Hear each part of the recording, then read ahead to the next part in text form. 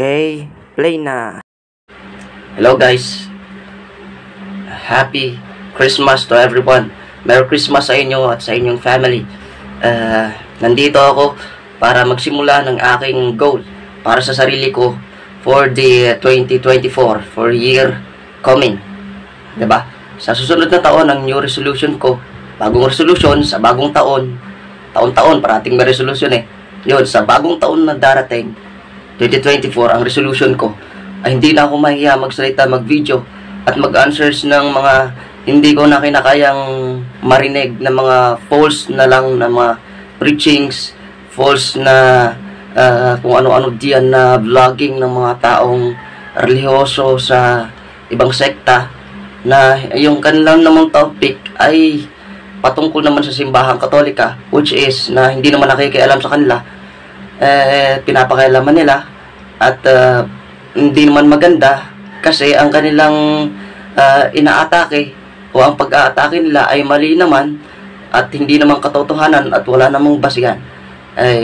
Kaya ang aim ko this 2024 ay sana ma-overcome ko itong fear ko at ang aking butterfly sa aking stomach, na sana makapagsalita ako ng matulin by the grace of the Holy Spirit, ay makapagsalita ako and I will help build myself a confidence.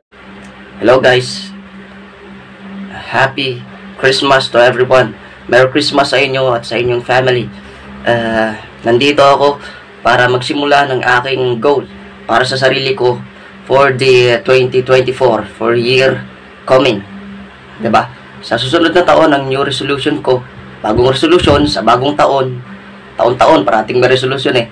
Yun, sa bagong taon na darating, 2024, ang resolution ko ay hindi na ako mahiya magsalita, mag-video at mag-answers ng mga hindi ko na kinakayang marinig na mga false na lang na mga preachings, false na kung ano-ano diyan na vlogging ng mga taong relihiyoso sa ibang sekta na yung kanilang namang topic ay patungkol naman sa simbahang Katolika, which is na hindi naman nakikialam sa kanila, pinapakailaman nila at hindi naman maganda kasi ang kanilang inaatake o ang pag-aatake nila ay mali naman at hindi naman katotohanan at wala namang basihan.